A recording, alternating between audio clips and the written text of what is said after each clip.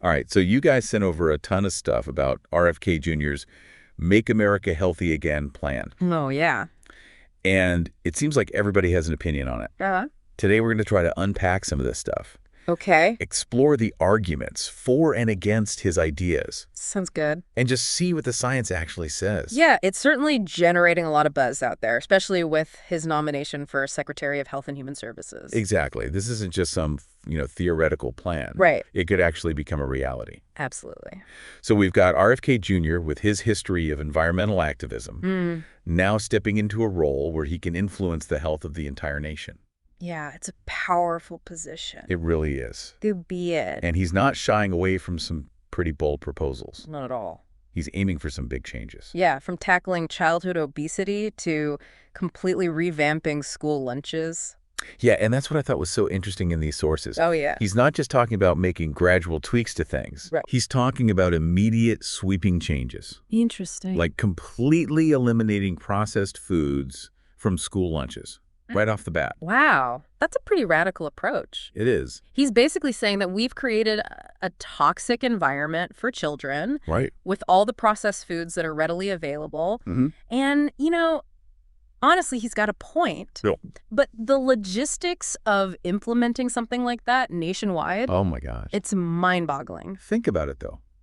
Imagine school cafeterias serving up I know. fresh whole food meals Yeah. instead of the usual mystery meat and pizza. Right. It's a pretty radical idea, but also kind of exciting. It's a compelling vision, no doubt. But you have to consider the potential pushback. Oh, absolutely. Like who? Well, the food industry, for one, Of course. they have a huge stake in keeping processed foods on school menus. Right, because it's cheaper for them. Exactly. Yeah. And then there's the question of cost in general. Yeah. Sourcing fresh ingredients for every school in the country isn't going to be cheap. Not at all. Yeah. And let's not forget the nightmare of training staff Yeah. to prepare those meals from scratch. Right. Not every school has a gourmet chef on staff. Exactly. There are so many Yeah. practical considerations that could make this really difficult to actually do. Okay, so let's move on to one of the most controversial aspects of his plan. Okay. His stance on seed oils. Oh, yeah. I know from your notes that you have some strong opinions about this. I do. This is definitely one of the most hotly debated parts of his agenda. Well, he claims that seed oils are the main culprit behind the obesity epidemic, that they're essentially poisoning Americans, that they need to be out of school lunches, Right. and ideally out of our diets altogether. Yeah. And that's where things get kind of tricky. Yeah. You've got RFK Jr. making these really strong accusations. Yeah. But then you dig into the scientific literature, and the evidence just isn't as clear-cut as he makes it seem. So is there any scientific basis for these claims? It's hard to say. I mean, I've used canola oil my whole life. Are we really being unknowingly poisoned? that's the big question. From what I've read, there's actually a lot of debate about this, Really? even among experts.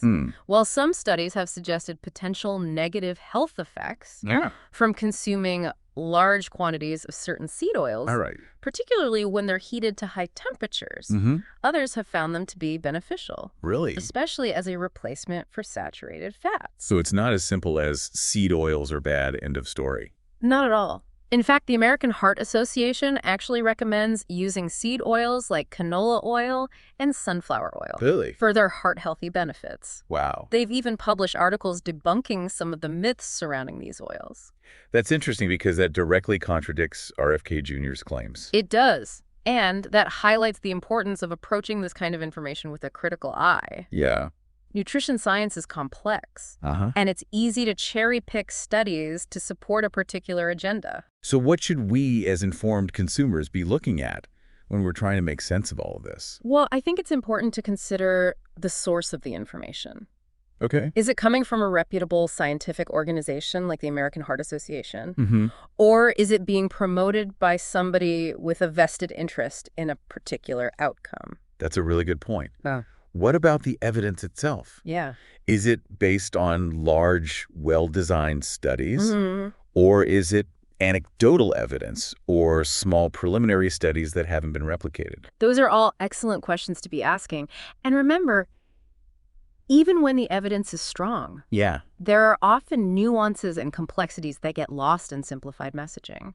That's true. It feels like we're constantly being bombarded with all this conflicting information about what's healthy and what's not. Yeah. It's no wonder people are confused. It's true. And that's why it's so important to develop those critical thinking skills. Right. We were just talking about, you have to be able to evaluate the evidence, consider different perspectives, and not just jump on the latest health bandwagon. Absolutely.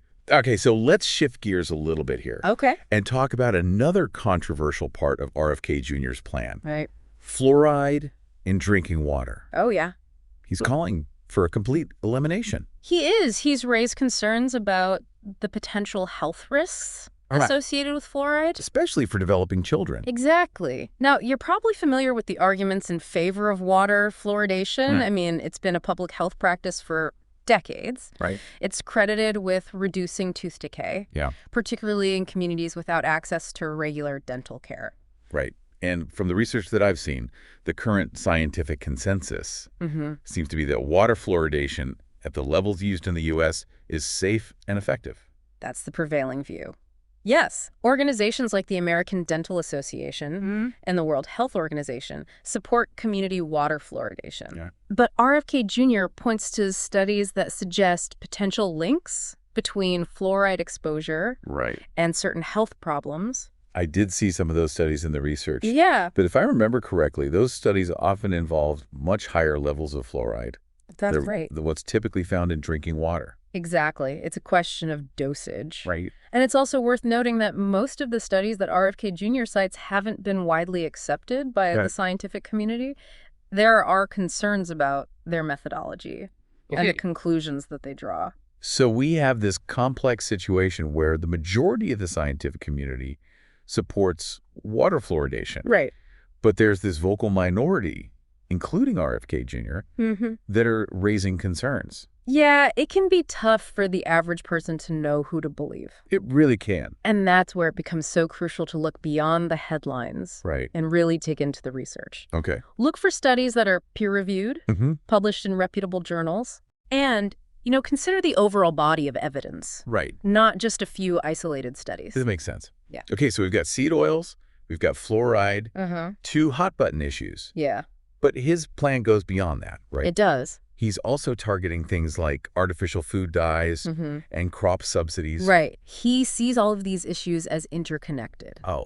He argues that our current agricultural policies, which heavily subsidize crops like corn and soy, are contributing to the overproduction of processed foods, which in turn are driving the obesity epidemic. So instead of just focusing on individual ingredients like seed oils, he's trying to address the root causes of unhealthy eating habits. Exactly. He wants to shift the focus from treatment to prevention. And he believes that reforming crop subsidies is a key part of that.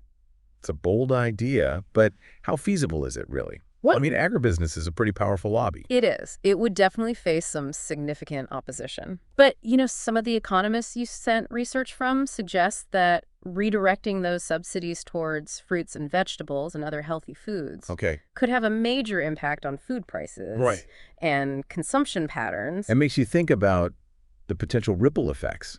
Yeah. If we're suddenly producing more fruits and vegetables and less corn and soy, I mean, that could transform the entire food landscape. It really could. And it's not just about the types of food we produce. Right. It's also about accessibility and affordability. Yeah. If healthy foods become more readily available and less expensive, that could have a huge impact on public health.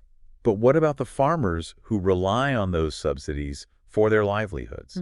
Wouldn't a shift away from corn and soy production hurt them financially? It's a legitimate concern. But some of the policy analysts you sent articles from propose ways to transition farmers to different crops. Oh, interesting. Providing them with the support and resources they need to make that shift. So it's about finding solutions that benefit everyone. Exactly. Not just certain industries or interest groups. It's about creating a more equitable and sustainable food system. That prioritizes public health and well-being. Well, we've covered a lot of ground here. We have. We've delved into RFK Jr.'s proposals on everything from school lunches to seed oils to crop subsidies. It's a lot. And it's clear that his vision is both ambitious and controversial. Definitely. And it feels like we've only just scratched the surface. Yeah, there's definitely a lot more to unpack. Yeah. That's what I find so compelling about this whole deep dive into these sources. It's not just about the specific policies that RFK Jr. is proposing. Right. It's about sparking a larger conversation about the future of food in America. And what I find so fascinating is that he's challenging some really deeply ingrained assumptions Yeah, about nutrition and health. absolutely. I mean, for decades, we've been told to avoid saturated fat like the plague. And now you've got RFK Jr. saying, bring back the butter. Embrace the tallow. Yeah, it's a pretty radical shift in thinking. It is. And it's forcing us to re-examine a lot of the things we thought we knew about healthy eating. Exactly. You know, are seed oils really the villains they're made out to be? Right. Is saturated fat really as bad as we've been led to believe? You know, these are questions worth exploring. And it goes beyond individual ingredients. Right. He's talking about transforming the entire food system. Yeah. Imagine a world where school cafeterias are serving up fresh, locally sourced meals. Yeah. Where grocery stores are overflowing with affordable fruits and vegetables. And where processed foods are no longer the cheapest and easiest option. Right. That's a pretty radical vision, but also kind of inspiring. It is. It's certainly a vision worth striving for. Yeah. But as we've discussed, it's not without its challenges. Of course not. There are logistical hurdles, economic considerations, and, you know, the potential pushback from some very powerful industries. Absolutely. And there's also the question of individual choice. Right. Even if we create this perfect food system that prioritizes healthy options, people still have the freedom to make their own decisions about what they eat. Absolutely. We can't force people to eat healthy. No. Yeah. But we can create an environment that makes it easier for them to do so. Right. And that's where I think RFK Jr.'s proposals have the potential to make a real difference. So as we wrap up this deep dive, Yeah. what's the one key takeaway you hope listeners will walk away with? You know, I think the most important thing is to just stay curious and keep asking questions. Yeah. Don't just accept everything you hear at face value. Mm-hmm. Dig deeper, explore different perspective, and be willing to challenge your own assumptions. And don't be afraid to get your hands dirty, so to speak. Right. Try cooking with different types of oils. Yeah. Experiment with new recipes. And just see what works best for you and your family. Exactly. The best way to navigate this complex world of food and health is to become an informed and empowered consumer. Well said. All right, well, that brings us to the end of our deep dive into Robert F. Kennedy Jr.'s Make America Healthy Again plan. Wow. We've explored his ambitious goals, Yeah. the controversies surrounding his proposals, Definitely. and the complex scientific and societal factors at play. There are a lot. Now, we'd love to hear your thoughts. What resonated with you the most? Yeah. What questions are you still grappling with? Head over to our website or social media to share your insights. Yeah. Join the conversation. Remember, this is just the beginning of the journey. Right. The future of food is ultimately in our hands. That's true. And it's up to each of us to make choices that support our health, our communities, and our planet. Couldn't have said it better myself. Absolutely. Until next time, happy exploring.